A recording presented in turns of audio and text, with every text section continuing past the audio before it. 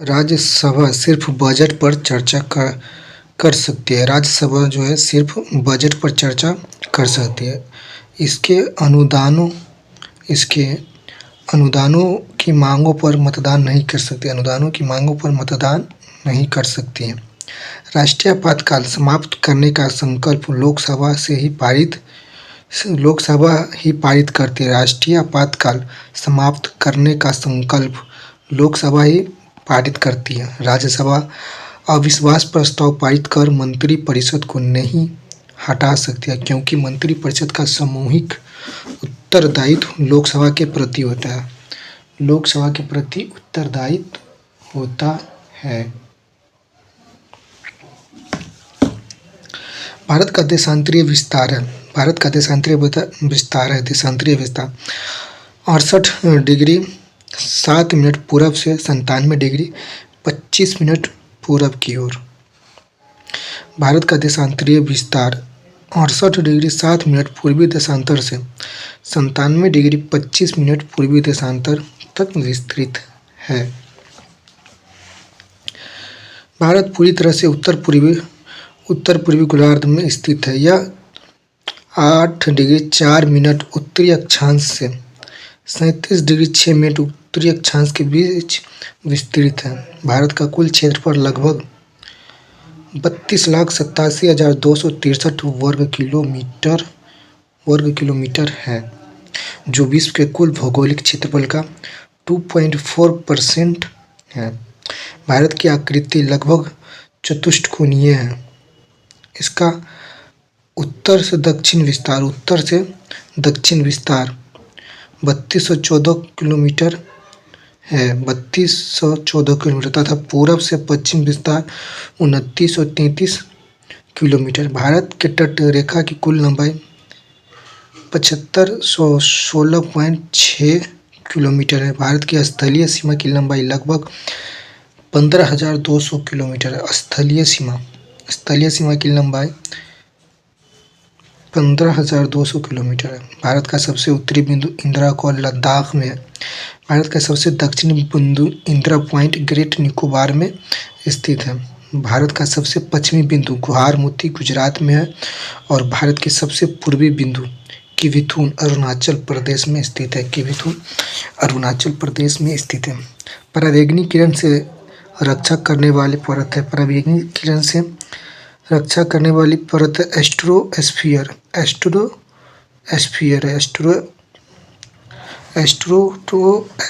है। संताप मंडल पराबैंगनी किरणों से रक्षा करने वाली परत है। वायुमंडल की संरचना तापीय विशेषता के आधार पर वर्गीकरण। क्षोभ मंडल वायुमंडल की सबसे निचली परत को संवहन मंडल कहते हैं। वायुमंडल की सबसे निचली परत को संवहन मंडल, परिवर्तन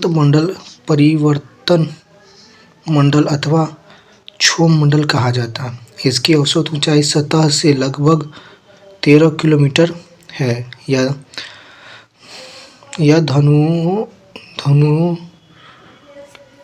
ध्वनि के मिनट 8 किलो यहाँ ध्वनि के निकट 8 किलोमीटर तथा विषुवत यह ध्रुवों के निकट 8 किलोमीटर तथा विषुवत वृत्त पर 18 किलोमीटर की ऊंचाई तक विस्तृत है। क्षोभ मंडल में मौसम संबंधित सभी घटनाएं यथा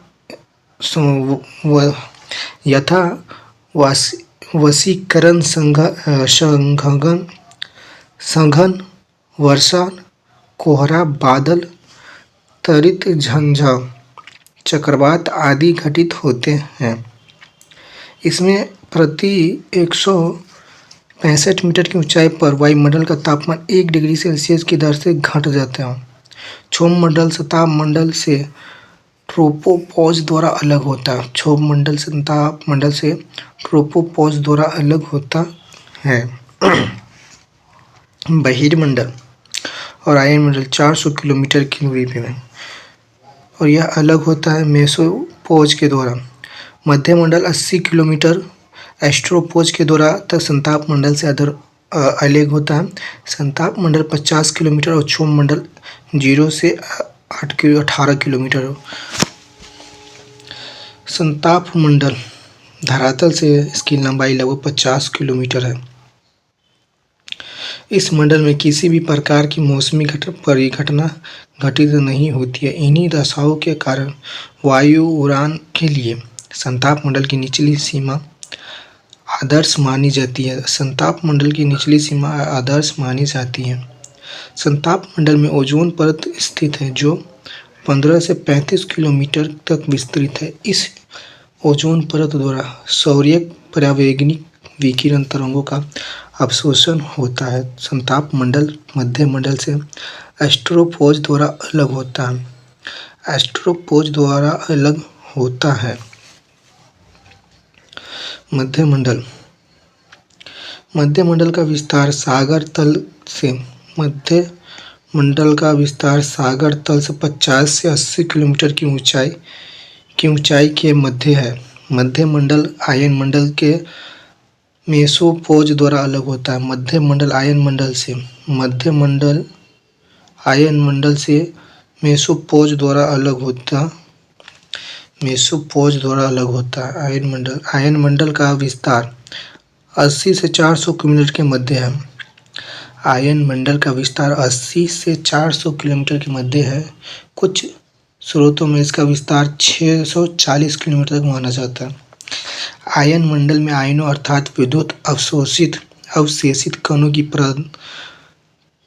प्रधानता है। इसीलिए आयन मंडल रेडियो तरंगों को पृथ्वी पर परावर्तित करके संचार व्यवस्था को संभव बनाता है। बहिर्मंडल यह मंडल वायुमंडल का सबसे ऊपरी परत है। वायुमंडल का सबसे ऊपरी स्तर है। यह आयन मंडल के ऊपर से शुरू होकर सुदूर अंतरिक्ष में विलीन हो जाता है और अरोरा ऑस्ट्रेलिस तथा अरोरा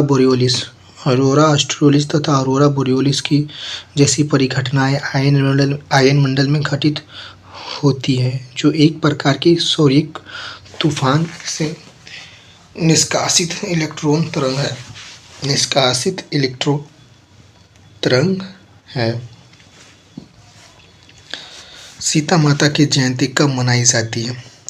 वैशाख माह के शुक्ल पक्ष की नवमी को सीता माँ की जयंती मनाई जाती है।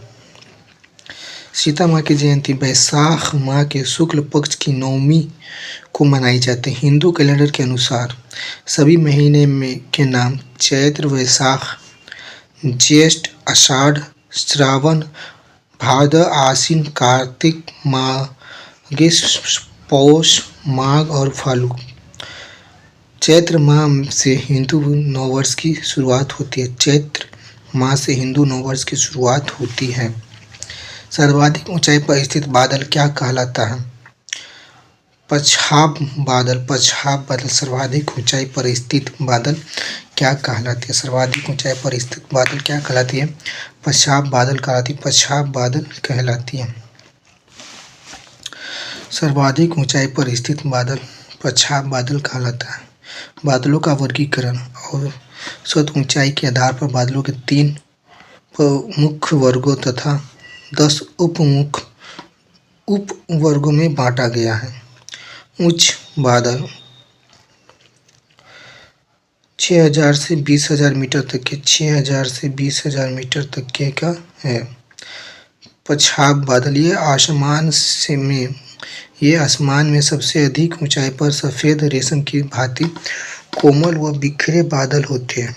पछाब बादल या आसमान में सबसे अधिक ऊंचाई पर सफ़ेद रेशम की भांति कोमल व बिखरे बादल होते हैं। ये हिमकणों से बने होते हैं, इसीलिए इसे वर्षा नहीं होती है। चक्रवात के आगमन के क्रम में सबसे पहले यही मेघ दिखाई पड़ते हैं, इसीलिए ये मेघ चक्रवात के आगमन के सूचक होते हैं। पछाबी स्तरीय बादल वे वृहद क्षेत्र में दूधिया चादर की भांति फैले होते हैं। दूधिया चादर के भांति फैले रहते हैं। इनके आगमन पर सूर्य तथा चंद्रमा के चारों ओर प्रभामंडल बन जाता है। चक्रवात के आगमन के क्रम में पछाप मेघों के तत्काल बाद यही बादल दिखाई पड़ते हैं। पछाप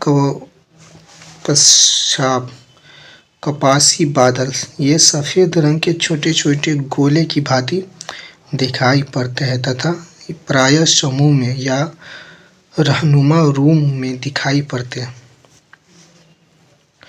मध्य बादल इसकी ऊंचाई होती है 2500 से 6000 मीटर तक। उच्च स्तरीय बादल भूरे अथवा नीले रंग के लगातार चादर की भांति फैले छोटे स्तरों वाले बादल होते हैं। इनके छाए रहने से सूर्य का प्रकाश धुंधला व अस्पष्ट दिखाई देता है। इनसे विस्तृत क्षेत्रों पर लगातार वर्षा होती है। उच्च कपासी बादल ये सफ़ेद एवं भूरे रंग के पतले गोलाकार धब्बों की तरह दिखाई देते हैं। संपूर्ण प्रकाश ये महीन चादर के रूप में बिखरे होते हैं। स्तरीय निम्न बादल इसकी ऊंचाई होती है 2500 मीटर तक। यह धरातल के निकट कोहरे के समान बादल है। इसमें कई परतें पाई जाती हैं। सामान्यतः ये आकाश में पूरी तरह छाए रहते हैं।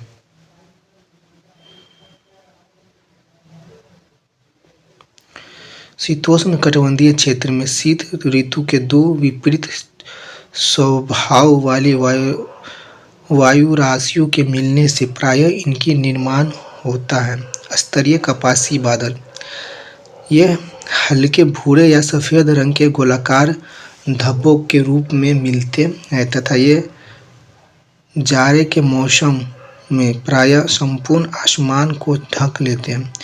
ये सामान्यतः साफ मौसम के सूचक है। कपासी बादल इनका आकार गुंबदकार व फूलगोभी की भांति होती है। इसका आकार क्षेत्र समतल पाया जाता है। ये प्रायः साफ मौसम की सूचना देते। कपासी वर्षा बादल ये अत्यधिक गहरे काले एवं सघन बादल है। ये नीचे से ऊपर की ओर विशाल मीनार की भांति उठे रहते हैं 7500 मीटर। इन बादलों में से भारी वर्षा, ओला, त्वरित झंझाव आदि उत्पन्न होते हैं। शीतोष्ण कटिबंधीय चक्रवातों में शीत वाताग्रहों के सहारे मुख्यतः इन्हीं बादलों से वर्षा होती है। वर्षा स्तरीय बादल ये धरातल से कम ऊंचाई पर स्थित घने काले व विस्तृत बादल है। ये बादल वायुमंडल में आर्द्रता को बढ़ा देते हैं, जिनके परिणाम स्वरूप शीघ्र वर्षा होने लगती है। शीतोष्ण कटिबंधीय चक्रवातों में उष्ण वाताग्रहों के सहारे इन्हीं बादलों से वर्षा होती है। किस ग्रह को नीला ग्रह कहा जाता है? नेपच्यून को नीला ग्रह कहा जाता है। किस ग्रह को नीला ग्रह कहा जाता है? नेपच्यून को। दिए गए विकल्प में नेपच्यून वरुण को नीला ग्रह कहा जाता है।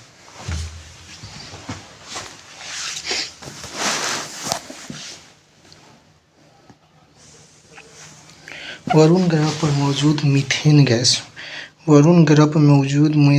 गैस द्वारा लाल प्रकाश के अवशेषण के कारण वरुण को नीला ग्रह कहा जाता है। यह सौरमंडल का सर्वाधिक ठंडा ग्रह है। इसका वायुमंडल अति घना है। इसमें हाइड्रोजन, हीलियम, मीथेन और अमोनिया विद्यमान हैं। इसके प्रमुख उपग्रह ट्रिटोन व नेरीड है। शुक्र, वीनस को सांझ का तारा, भोर का तारा तथा पृथ्वी की जुड़वां बहन कहा जाता है। पृथ्वी को जल की उपस्थिति के कारण नीला ग्रह कहते हैं। जल की उपस्थिति नीला ग्रह कहते हैं। मार्स मंगल की सतह लाल फेरस ऑक्साइड की उपलब्धता फेरस ऑक्साइड की उपलब्धता के कारण होने के कारण इसे लाल ग्रह कहते हैं।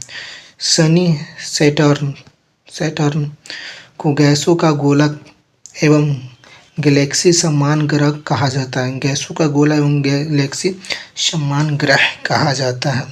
वरुण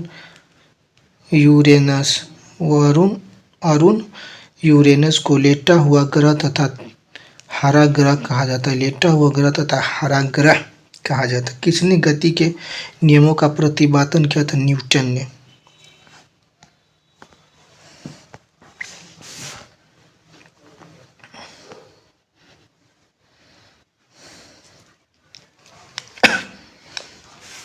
गति के नियमों का प्रतिपादन आइजक न्यूटन ने किया था। आइजक न्यूटन ने 1687 ईस्वी में अपनी पुस्तक प्रिंसिपिया में गति के नियमों को प्रतिपादित किया था। इन्होंने गति के 3 नियम को प्रतिपादित किया। जो निम्न 3 नियमों को प्रतिपादित किया था। प्रथम नियम, कोई वस्तु विराम की अवस्था में है तो वह विराम की अवस्था में ही रहेगी, और यदि वह एक समान गति से किसी सीधी रेखा में चल रही है वो तो वैसे ही चलती रहेगी जब तक कि उस पर कोई बाहरी बल लगाकर उसकी अवस्थिति में परिवर्तन न किया जाए। वस्तुओं की प्रारंभिक अवस्था में स्वतः परिवर्तन नहीं होने की प्रवृत्ति को जड़त्व का नियम कहते हैं। जड़त्व कहते हैं। इसीलिए न्यूटन के प्रथम नियम को जड़त्व का नियम भी कहा जाता है। जड़त्व का नियम भी कहा जाता है। प्रथम नियम में हमें बल की परिभाषा मिलती है। प्रथम नियम में हमें बल की परिभाषा मिलती है। उदाहरण, पेड़ की टहनियों की हिलने से उससे फल टूटकर नीचे गिर पड़ते हैं। कंबल को हाथ से पकड़कर डंडे से पीटने पर धूल के कण झड़ गिर पड़ते हैं।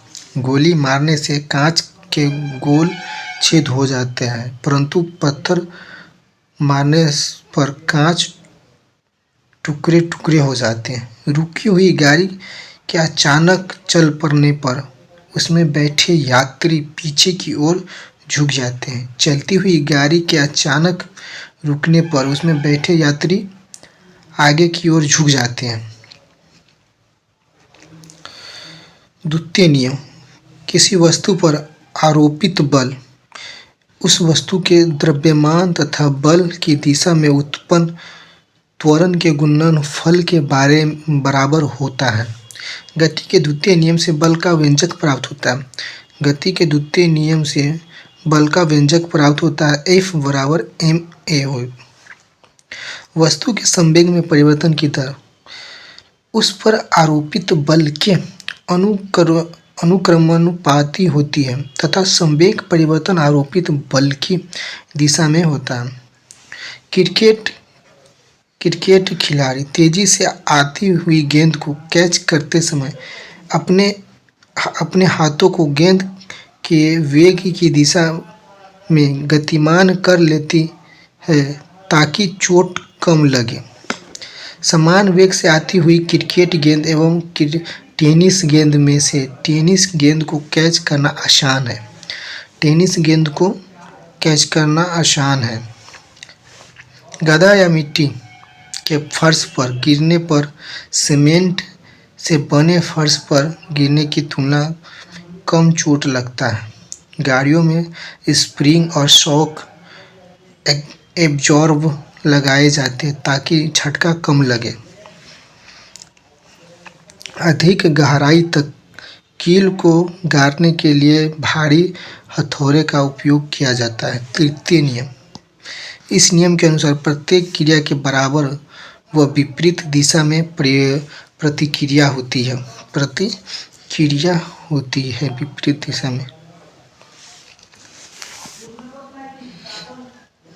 इस नियम को क्रिया प्रतिक्रिया का नियम भी कहते हैं। क्रिया प्रतिक्रिया का नियम भी कहते हैं। बंदूक से गोली छोड़ते समय पीछे की ओर झटका लगना, नाव के किनारे पर से जमीन पर कूदने पर नाव का पीछे हटना, ऊंचाई से कूदने पर चोट लगना, रॉकेट का आगे बढ़ना, नाव खेने के लिए बांस को पीछे खींचना। प्रकाश संश्लेषण में आवश्यक है। प्रकाश संश्लेषण में क्लोरोफिल आवश्यक है। प्रकाश संश्लेषण में क्लोरोफिल आवश्यक है। प्रकाश संश्लेषण हेतु क्लोरोफिल आवश्यक है। पौधे के हरे भाग सौर ऊर्जा को ग्रहण कर वायुमंडल से ली गई कार्बन डाइऑक्साइड तथा भूमि से अवशोषित जल के द्वारा कार्बोहाइड्रेट का निर्माण करते हैं। इस प्रक्रिया में ऑक्सीजन एवं जल सहायक उत्पाद के रूप में निष्कासित होते हैं। पौधे में होने वाली यह क्रिया हरित लवक या पर्णहरित की उपस्थिति में संपन्न होती है। पर्णहरित वर्णक मुख्यतः हरित लवक नामक पादप कोशिकांग में पाया जाता है। पौधों की जिन कोशिकाओं में पर्णहरित उपस्थिति होता है, केवल वे ही प्रकाश संश्लेषण क्रिया कर पाती हैं। पौधों में पर्णहरित प्रायः हरी पत्तियों में पाया जाता है। इस कारण पत्तियों को पौधे का प्रकाश संश्लेषी अंग कहा जाता है। पर्णहरित के केंद्र में मैग्नीशियम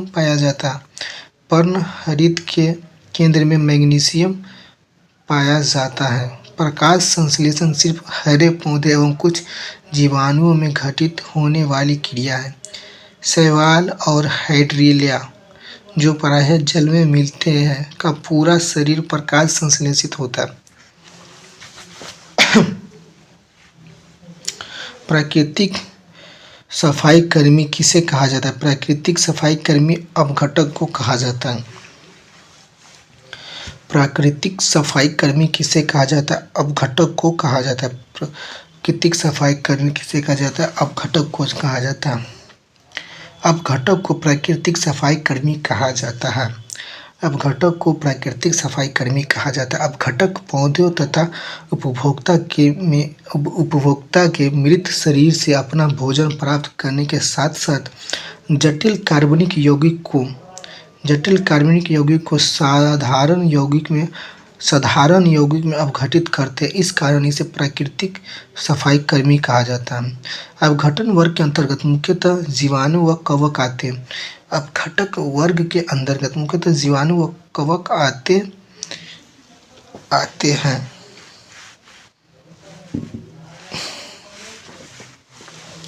इसके अंतर्गत हरे पेड़ पौधे, कुछ खास जीवाणु एवं शैवाल आते हैं, जो सूर्य के प्रकाश की उपस्थिति में सरल अजैविक पदार्थों से अपना भोजन बना सकते हैं। ऐसे जीव एवं पौधे स्वपोषी अथवा प्राथमिक उत्पादक कहलाते हैं। स्थलीय पारिस्थितिकी तंत्र में उत्पादक प्रायः जड़युक्त पौधे, झाग झाड़ी तथा वृक्ष, जबकि गहरे जलीय पारिस्थितिकी तंत्र में पादप प्लावक, फाइटोप्लैंक्टन नामक प्लावक पौधे प्रमुख उत्पादक होते हैं। उपभोक्ता, प्राथमिक उपभोक्ता वह उपभोक्ता जो अपने भोजन के लिए पौधों पर निर्भर रहते हैं। प्राथमिक उपभोक्ता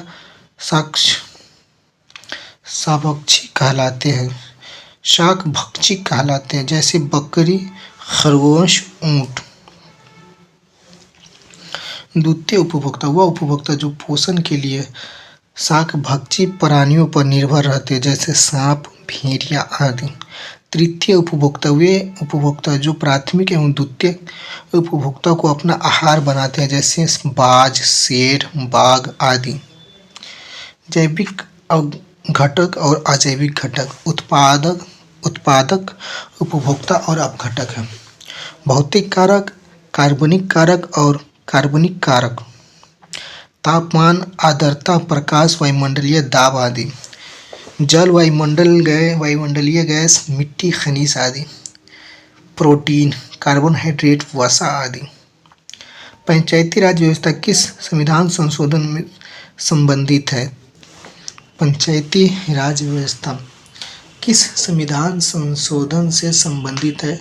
73वां संविधान संशोधन से संबंधित है। पंचायती राज व्यवस्था 73वां संविधान संशोधन से संबंधित है। 73वां संविधान संशोधन अधिनियम 1992 में पारित हुआ। इस अधिनियम में संविधान में एक नया भाग 9 सम्मिलित किया गया और इसे पंचायत नाम दिया गया। भाग 9 में अनुच्छेद 243 से 243 की 9 तक के प्रावधान सम्मिलित किए गए। 73वां संविधान संशोधन 73वां संविधान संशोधन अधिनियम द्वारा संविधान में 11वीं अनुसूची भी जोड़ी गई थी। 11वीं अनुसूची भी जोड़ी गई। इस अनुसूची में पंचायतों की 29 कार्यकारी विषय वस्तुएं हैं। 29 कार्यकारी विषय वस्तुएं हैं। 73वां संविधान संशोधन अधिनियम में पंचायती राज संस्थाओं को संवैधानिक दर्जा प्रदान किया। निम्नलिखित समितियों का संबंध पंचायती राज से है। बलवंत राय मेहता समिति 1957। बलवंत राय मेहता समिति 1957। अशोक मेहता समिति 1977। अशोक मेहता समिति 1977। जीबी के राव समिति 1985। LM सिंघवी समिति 1986 में, थुंग समिति 1988 में और गडगिल समिति 1988 में। उल्लेखनीय है कि पंचायती राज संस्थाओं के संवैधानिकरण के लिए सर्वप्रथम राजीव गांधी सरकार ने 1989 में 64वां संविधान संशोधन विधेयक लोकसभा में पेश किया। 64वां संविधान संशोधन विधेयक लोकसभा में पेश किया गया था, हालांकि यह पारित नहीं हो सका था। 74वां संविधान संशोधन अधिनियम भी 1992 में पारित हुआ। 74वां संविधान संशोधन अधिनियम ने संविधान में भाग 9 को जोड़ा, साथ ही 12वीं अनुसूची को भी जोड़ा। 74वां संविधान संशोधन अधिनियम 1992 में पारित हुआ। 74वां संविधान संशोधन अधिनियम ने संविधान में भाग 9 के क को जोड़ा, साथ ही 12वीं अनुसूची को भी जोड़ा और इस प्रकार अधिनियम में नगरपालिकाओं, शहरी स्थानीय स्वशासन को संवैधानिक दर्जा प्रदान किया। 12वीं अनुसूची में नगरपालिकाओं की 18 कार्यकारी विषय वस्तुओं का उल्लेख है। 18 कार्यकारी विषय वस्तुओं का उल्लेख है। निम्नलिखित समितियों एवं आयोग का संबंध शहरी स्थानीय स्वशासन से है।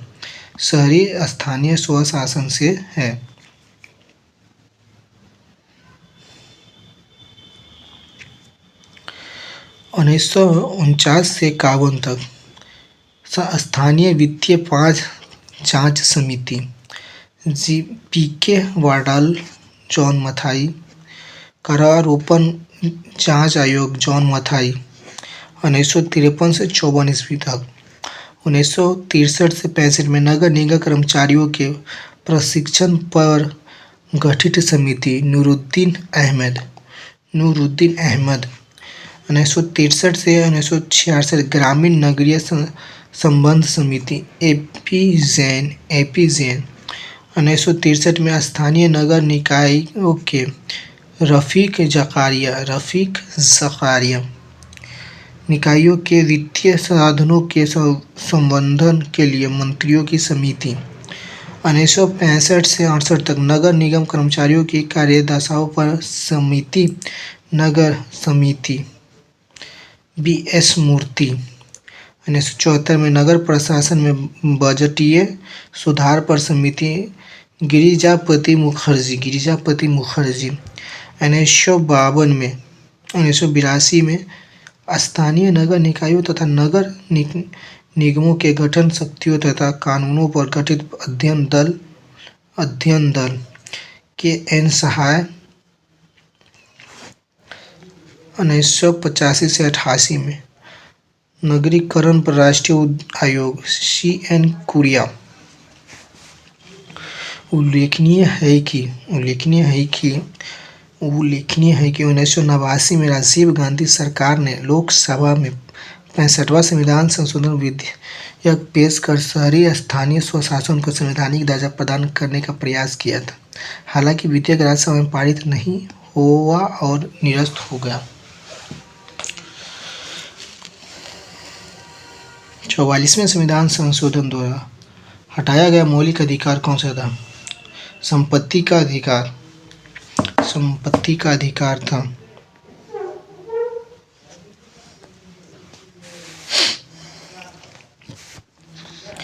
44वां संविधान संशोधन अधिनियम 1978 द्वारा संपत्ति के अधिकार को मौलिक अधिकार की श्रेणी से हटा दिया गया। वर्तमान में संपत्ति का अधिकार भाग 12 के अनुच्छेद 300 के तहत एक विधि अधिकार है। 44वां संविधान संशोधन अधिनियम द्वारा संविधान में निम्न संशोधन किए गए थे।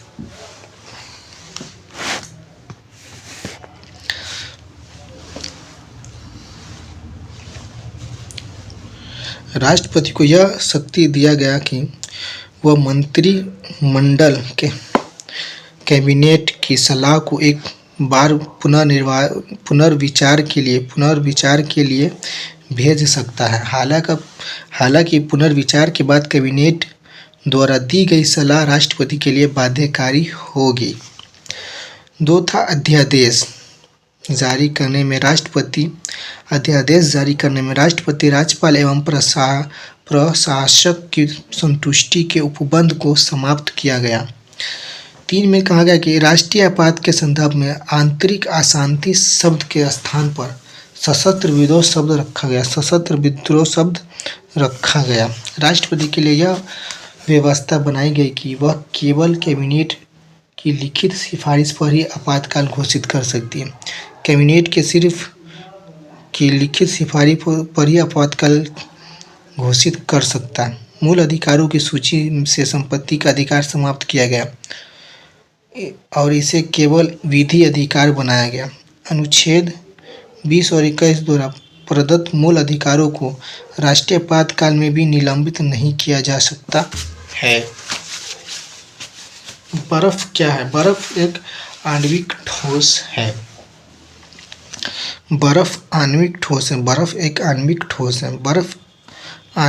ठोस है। दाब बढ़ने से बर्फ का गलनांक घटता है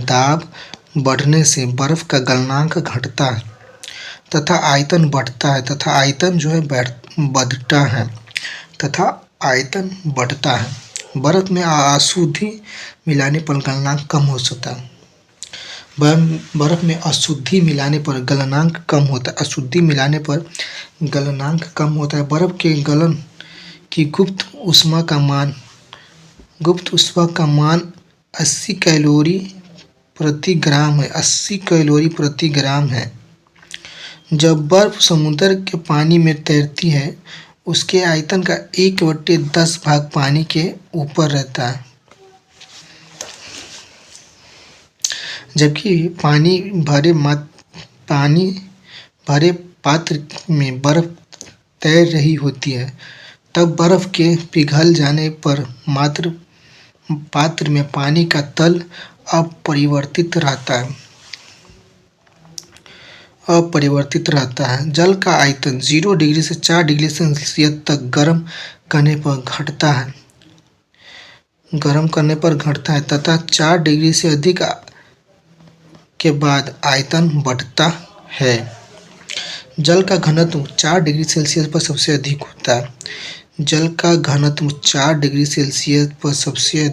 होता है। सर्वोच्चता के सिद्धांत के प्रतिपादित कौन है? सर्वोच्चता के लॉर्ड हेस्टिंग्स। सर्वोच्चता के सिद्धांत के प्रतिपादक कौन थे? लॉर्ड हेस्टिंग्स थे। लॉर्ड हेस्टिंग्स थे। सर्वोच्चता के सिद्धांत के प्रतिपादक लॉर्ड हेस्टिंग्स थे। सर्वोच्चता के सिद्धांत के तात्पर्य ईस्ट इंडिया कंपनी की सर्वोच्चता यह है इसमें कहा गया कि कंपनी की शक्ति भारतीय राज्यों की तुलना में अधिक होगी। लॉर्ड हेस्टिंग्स 1813 से 1823 ईस्वी तक रहे थे। लॉर्ड हेस्टिंग्स 1813 से 1823 ईस्वी तक रहे थे। अंगल नेपाल युद्ध।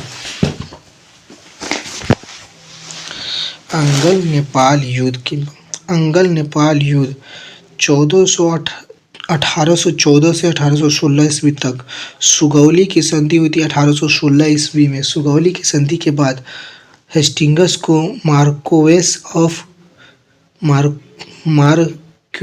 ऑफ हेस्टिंग्स की उपाधि दी गई थी।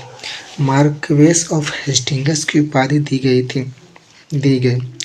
मार्क्वेस ऑफ हेस्टिंग्स की उपाधि दी गई। तृतीय अंगल मराठा युद्ध 1817 से 1819 ईस्वी में तथा मराठा परिसंघ का कंपनी के साम्राज्य में विलय हुआ। मराठा परिसंघ का कंपनी के साम्राज्य में विलय हुआ। रैयतवाड़ी बंदोबस्त 1820 में लागू हुआ। मद्रास के गवर्नर टॉमस मुनरो द्वारा रैयतवाड़ी बंदोबस्त 1820 में लागू हुआ। मद्रास के गवर्नर टॉमस मुनरो द्वारा महलवाड़ी व्यवस्था लागू हुआ 1822 ईस्वी में। हॉल्ट मैकेंजी द्वारा पंजाब में शुरू किया। हॉल्ट मैकेंजी के द्वारा पंजाब में शुरू किया महलवाड़ी व्यवस्था लागू। 1822 में टेनेसी एक्ट या काश्तकारी अधिनियम लागू किया बंगाल में। काश्तकारी अधिनियम लागू किया बंगाल में। संविधान सभा के प्रथम अध्यक्ष कौन थे? संविधान सभा का प्रथम अध्यक्ष डॉक्टर सच्चिदानंद सिन्हा थे। संविधान सभा के प्रथम अध्यक्ष डॉक्टर सच्चिदानंद सिन्हा थे। संविधान सभा के प्रथम अध्यक्ष डॉक्टर सच्चिदानंद सिन्हा थे। कैबिनेट मिशन की संतुष्टियों के आधार पर भारतीय संविधान के निर्माण करने वाली संविधान सभा के गठन हेतु चुनाव जुलाई 1946 में हुआ था। 9 दिसंबर 1946 ईस्वी को संविधान सभा की प्रथम बैठक नई दिल्ली में हुई। इस बैठक में सबसे बुजुर्ग सदस्य डॉक्टर सच्चिदानंद सिन्हा को सभा का अस्थायी अध्यक्ष चुना गया और 11 दिसंबर 1946 ईस्वी को डॉक्टर राजेंद्र प्रसाद को संविधान सभा के अस्थायी अध्यक्ष निर्वाचित हुए। संविधान निर्माण की प्रक्रिया में कुल 2 वर्ष 11 माह और 18 दिन लगा था। संविधान के प्रारूप पर कुल 114 दिन बहस हुआ था। मूल संविधान में कुल 22 भाग, 395 अनुच्छेद एवं 8 अनुसूचियां थी। संविधान सभा की प्रमुख समिति एवं उनके अध्यक्ष संचालित समिति डॉक्टर राजेंद्र प्रसाद थे। संचालित समिति डॉक्टर राजेंद्र प्रसाद। संघीय संविधान समिति पंडित जवाहरलाल नेहरू। संघीय संविधान समिति पंडित जवाहरलाल नेहरू। संघीय संविधान समिति पंडित जवाहरलाल। प्रांतीय संविधान समिति सरदार वल्लभ भाई पटेल। प्रांतीय संविधान समिति सरदार वल्लभ भाई पटेल। प्रारूप समिति डॉक्टर भीमराव अंबेडकर। प्रारूप समिति डॉक्टर भीमराव अंबेडकर। संघ शक्ति समिति पंडित जवाहरलाल नेहरू। संघ शक्ति समिति पंडित जवाहरलाल नेहरू। मौलिक अधिकार एवं अल्पसंख्यकों संबंधित परामर्श समिति सरदार वल्लभ भाई पटेल। राष्ट्रीय ध्वज संबंधित दत्तर्थ समिति डॉक्टर राजेंद्र प्रसाद थे। निम्नलिखित में कौन सी पुस्तक महात्मा गांधी से संबंधित है? India divided, young India. Young India पुस्तक महात्मा गांधी से संबंधित है। महात्मा गांधी से संबंधित पत्र पत्रिका एवं पुस्तक Young India, Harijan, Navjivan, Hind Swaraj, my experiment with truth, ethical religion, pathway to God, Natal Indian Congress 1894 ईस्वी में। नटाल इंडियन कांग्रेस 1894 ईस्वी में। फिनिक्स आश्रम 1904 ईस्वी में खोला था। फिनिक्स आश्रम की स्थापना 1904 ईस्वी में। टॉल्स्टॉय फोरम 1910 ईस्वी में। टॉल्स्टॉय फोरम 1910 ईस्वी में। हरिजन सेवक संघ 1932 ईस्वी में। हरिजन सेवक 1932 में। लघु पतन के समय परिपथ है। लघु पतन के समय परिपथ है। धारा का मान बढ़ जाता है। धारा का मान बढ़ जाता है। धारा का मान बढ़ जाता है। लघुपथ के समय परिपथ में धारा का मान बढ़ जाता है। अतिभरण या लघुपथ से बचाव हेतु फ्यूज का उपयोग किया जाता है। अच्छे फ्यूज तार टीन के बनते हैं। टीन के सस्ता फ्यूज तार सीसा एवं टीन के मिश्रित का बना होता है। आजकल फ्यूज के स्थान पर लघु परिस्थिति विच्छेदक का उपयोग किया जाता है। लघु परिपथ विच्छेदक का उपयोग किया जाता है। घरों में दी जाने वाली विद्युत 220 वोल्ट की प्रतिवर्तीय धारा होती है, जिसकी आवृत्ति 50 हर्ट्ज होती है। महाबलीपुरम का सप्त रथ मंदिर किसने बनवाया था? महाबलीपुरम का सप्त रथ मंदिर किसने बनवाया था? पल्लवों ने बनवाया था। महाबलीपुरम का सप्त मंदिर किसने बनवाया था? पल्लवों ने बनवाया था। महाबलीपुरम का सप्त मंदिर का निर्माण पल्लव शासक नरसिंहवर्मन प्रथम ने किया था। रथ मंदिरों में सबसे छोटा द्रौपदी रथ है। रथ मंदिर में सबसे छोटा द्रौपदी रथ है, जिसमें किसी प्रकार का अलंकार नहीं मिलता। पल्लव वंश का संस्थापक सिंह विष्णु था। पल्लव वंश का संस्थापक सिंह विष्णु था। इसकी राजधानी कांचीपुरम थी। पल्लव वंश के संस्थापक सिंह विष्णु थी। इसकी राजधानी कांचीपुरम थी। किरातार्जुनीयम के लेखक भारवी सिंह विष्णु के दरबार में रहते थे। किरातार्जुनीयम के लेखक भारवी सिंह विष्णु के दरबार में रहते थे। मतविलास प्रहसन की रचना पल्लव शासक महेंद्र वर्मन प्रथम ने किया था। मतविलास प्रहसन की रचना पल्लव शासक महेंद्र वर्मन प्रथम ने की थी। नरसिंहवर्मन द्वितीय ने कांची के कैलाश मंदिर तथा महाबलीपुरम के शोर मंदिर का निर्माण करवाया था। 10 कुमार चरित्र के लेखक डांडी नरसिंहवर्मन द्वितीय थे। 10 कुमार चरित्र के लेखक। कांची के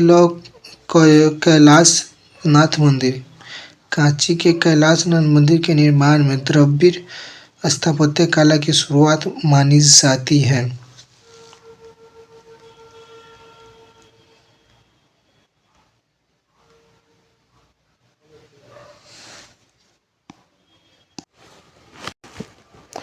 किस ऐप को आरपीएफ द्वारा प्रतिबंधित किया गया है? रियल मैंगो को किया गया है। 2011 की जनगणना के अनुसार भारत की साक्षरता दर कितनी है? भारत की साक्षरता दर 73% है। 2011 की जनगणना के अनुसार भारत की साक्षरता दर 73% है। अंतिम आंकड़े के अनुसार 74.04% है। भारत की पुरुष साक्षरता दर 82.14% है।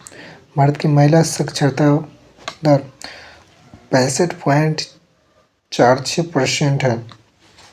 भारत की लिंग अनुपात 943। भारत का शिशु लिंग अनुपात 919 है। भारत का जनसंख्या घनत्व 382 व्यक्ति प्रति वर्ग किलोमीटर। बिहार का साक्षरता दर 61.8% है। बिहार की पुरुष साक्षरता दर 71.2% है। बिहार की महिला साक्षरता दर 51.5% है। बिहार का लिंगानुपात 918 है। बिहार का शिशु लिंगानुपात 935 है। बिहार का जनसंख्या घनत्व 1106 व्यक्ति प्रति वर्ग किलोमीटर से है। सर्वाधिक ऊंचाई पर स्थित मतदान केंद्र ताशी गंगा किस राज्य में स्थित है? हिमाचल प्रदेश में। ताशी गंगा हिमाचल प्रदेश में स्थित है। सर्वाधिक ऊंचाई पर स्थित मतदान केंद्र ताशी गंगा हिमाचल प्रदेश में राज्य में स्थित है। 2023 के कर्नाटक विधानसभा चुनाव में पहली बार वोट फ्रॉम होम का विकल्प प्रदान किया गया। वर्तमान में भारत में मुख्य निर्वाचन आयुक्त राजीव कुमार 25वां था, अभी तो ज्ञानेश कुमार है। वर्तमान में बिहार मुख्य निर्वाचन अधिकारी एवं HR श्रीनिवास है। रानी दुर्गावती कहाँ की शासिका थी? रानी दुर्गावती कहाँ की शासिका थी? रानी दुर्गावती जो है गोंडवाना। रानी दुर्गावती कहाँ की शासिका थी? गोंडवाना की शासिका थे। रानी दुर्गावती गोंडवाना की शासिका थी। रानी दुर्गावती गोंडवाना की शासिका थी। रानी दुर्गावती का जन्म 5 अक्टूबर 1504 24 ईस्वी को प्रसिद्ध राजपूत चंदेल सम्राट किरतराय के परिवार में हुआ था। चंदेल सम्राट किरतराय के परिवार में हुआ था। रानी दुर्गावती को बचपन से ही तीरंदाजी तलवारबाजी का बहुत शौक था। रानी दुर्गावती का विवाह 1542 ईस्वी में गढ़टंगा गोंडवाना के शासक दलपत शाह से हुआ था। सन 1550 ईस्वी में राजा दलपत शाह की मृत्यु हो गई। रानी दुर्गावती की मृत्यु के बाद अपने पुत्र वीर नारायण को राजगद्दी पर बैठाकर खुद राज्य की शासिका बन गई। अकबर के काल में गोंडवाना पर विजयी अभियान आसफ खान के नेतृत्व में शुरू हुआ, क्योंकि अकबर उस समय उज़्बेकों के विद्रोह का सामना कर रहे थे और 1564 ईस्वी में दुर्गावती को युद्ध में पराजित कर दिया। 1564 ईस्वी में दुर्गावती को युद्ध में पराजित कर दिया। बाद में इस राज्य को अकबर ने इसी राजवंश से संबंधित चंद्र शाह को सौंप दिया। निम्नलिखित में कौन सा रोग बैक्टीरिया जनित है? बैक्टीरिया जनित है टाइफाइड। कौन सा रोग बैक्टीरिया जनित है? टाइफाइड जो है बैक्टीरिया जनित रोग है। टाइफाइड रोग बैक्टीरिया जनित रोग है। बैक्टीरिया या विषाणु जनित रोग। कोड हैजा diphtheria pneumonia tetanus gonorrhoea plague क्षय रोग फिशलिश आदि।